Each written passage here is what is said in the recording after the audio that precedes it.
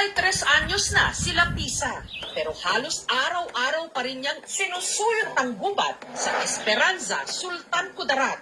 Mangunguha kasi siya ng mga dahon na ipambabalot niya sa ginagawa niyang binurong kanin na kung tawagin, papay. Hindi na ako maggagawa ng tapay kung wala dahon ng alam. Kasi yan, magbango. Hindi man pwede kung hindi alam ang makabalot sa tapay. Matapos ang ilang minutong pagsuyod sa gubat, Mayroon doon, no? nakita na nila Pisa ang mga pakay niyang dahon na hugis puso. Ang mga puno nito nasa mula 4 hanggang 10 metro lang ang taas. Mahirap kunin ang dahon ng alam sa bundok.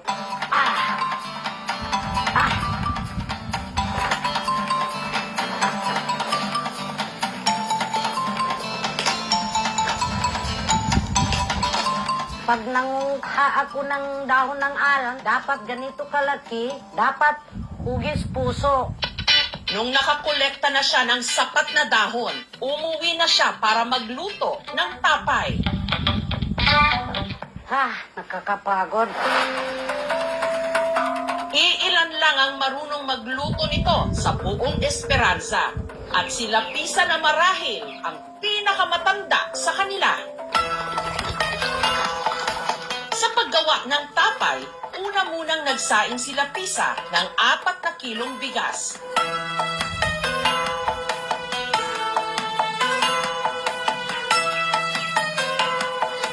Nung naluto na ang kanin, hinayaan niya muna itong lumamig.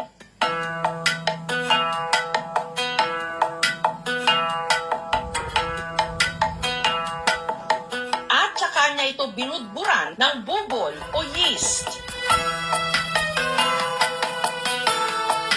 Ang kanin, sunod niyang ibinalot sa mga nakolektang dahon. Hindi natin kuliputan ang pagbenta natin.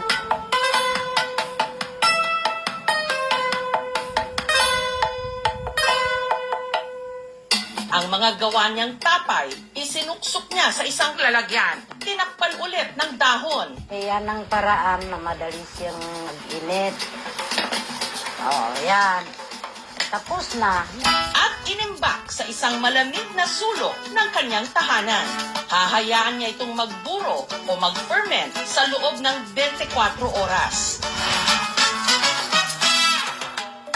Dati, tuwing Eid al-Fitr o huling araw ng Ramadan lang daw natitikman ang tapay nila Pisa. Yan ang pinakain sa mga tao pagkatapos magsimba. Simbolo ito ng kultura namin, mga Moro. Ay, mga suke, bili na kayo ng tapay.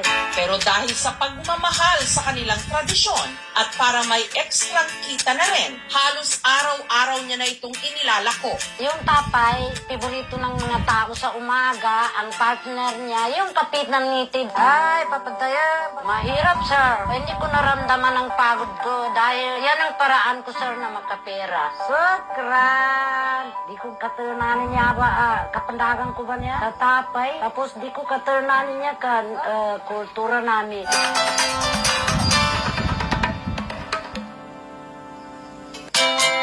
Para sa ating mga Pinoy, kanin is life. Pero may ilan tayong mga kababayan na hindi kontento sa kanin lang. Dapat i-level up into binurong kanin para mas maging lifer.